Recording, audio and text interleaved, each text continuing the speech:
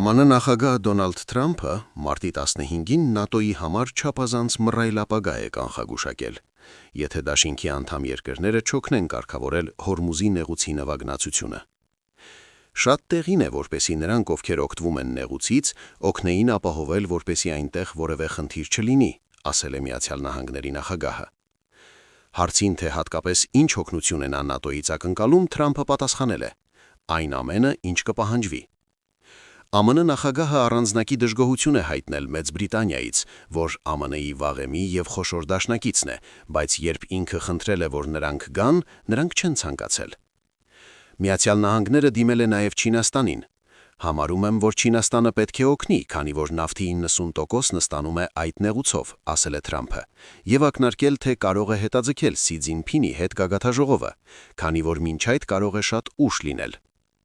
Չինաստանի արտաքին գործերի նախարարության պաշտոնական ներկայացուցիչ Լին Ցիձյանը մինչդեռ հայտարարել է, որ Պեկինը հերթական անգամ կողմերին կոչ է անում անհապաղ դադարեցնել ռազմական գործողությունները, ձեռնպահ մնալ հետագա սրացումից, կանխել տարածաշրջանի ապակայունացումը, միջազգային տնտեսության զարգացման համար ավելի լուրջ հետևանքներ թույլ չտալ։ Պեկինը փաստացի մերժել է Հորմուզի նեղուցի ապաշրջափակմանը ներգրավվելու Թրամփի առաջարկը։ Այստեղ հարկ է ընդգծել, որ նախօրեին Իրանի արտաքին գործերի նախարար Արաղչին հավաստիացրել է, որ Հորմուզի նեղուցը փակ է միայն ամերիկյան և իսրայելական նավերի համար։ Այս իրավիճակում ՆԱՏՕ-ի անդամ երկրները և Չինաստանը Իրանի հետ ռազմական բախման մեջ մտնելու որևէ էական մոտիվացիա չունեն։ Անոնսավորված է, որ Սի Ցզինփին Դոնալդ Թրամփ գագաթնաժողովը կկայանա մարտի 31-ին։ Բազմաթիվ փորձագետներ և քաղաքական գործիչներ, այդ թվում մեր տուն Իսրայել ընդդիմադիր կուսակցության առաջնորդ Լիբերմանը, տպավորություն են փոխանցել, որ այդ հանդիպման նախօրեին Իրանի դեմ պատերազմը կդադարի։ Դատելով ԱՄՆ նախագահի վերջին հարցազրույցի տոնայնությունից, դա հազիվ թե տեղի ունենա։ Ավելին, ինչպես հասկացվում է, Սի Ցզինփին Դոնալդ Թրամփ գագաթնաժողովը նույնիսկ կարող է հետաձգվել։ ԱՄՆ նախագահը պատրաստվում էր Պեկին մեկնել, որպես Իրանի դեմ պատերազմն արդեն հաղթած առաջնորդ։ Թեև Իրանի դեմ օդային և հրթիռային հրվածները շարունակվում են, չափազանց վաղ է կորցել իսրայելա-ամերիկյան հաղթանակի մասին,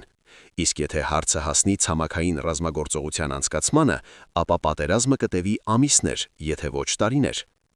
Վերջին օրերին տեղեկություն է տարածվել, որ Իրանի հոգևոր առաջնորդ Մոջտաբա Խամենեին ռազմական ինքնաթիռով տեղափոխվել է Մոսկվա, որտեղ ենթարկվել է բարդ վիրահատության և ներկայումս բուժում է ստանում ՌԴ նախագահի աշխատակազմին պատկանող մասնավոր բուժհաստատության։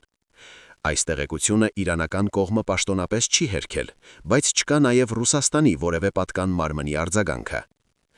Իրանի արտաքին գործերի նախարար Արաղչին հայտարարել է, որ պատերազմը կշարունակվի այնքան, քանի դեռ ԱՄՆ նախագահ Թրամփը չի գիտակցի կայացրած որոշման սխալը։ Արաղչին ասել է, որ բանակցություններ սկսելու հարցով Թեհրանը Վաշինգտոնին չի դիմել և բանակցություններ վարելու անհրաժեշտություն չի տեսնում։ Իրանի անվտանգության բարձր խորհրդի քարտուղար Լարիջանին զգուշացրել է, որ ԱՄՆ-ում մտադիր են կրկնել սեպտեմբերի 11-ի նախադեպը։ Խոսքը 2001 թվականի սեպտեմբերի 11-ին Նյու Յորքի երկու երկնաքեռերի դեմ իրականացված ահաբեկչության մասին է։ Այդ առթվով առ այսօր տեսակետ կա, որ այն կազմակերպված է ամերիկյան հատուկ ծառայությունների կողմից, որպեսզի հակաիսլամական կոալիցիա ձևավորվի։ ԱՄՆ նախագահին երևում է չի հաջողվում Իրանի դեմ միջազգային կոալիցիայի հասնել։ Մի մոռացեք հետևել մեզ Facebook-ում, ինչպես նաև բաժանորդագրվել մեր YouTube-յան ալիքին։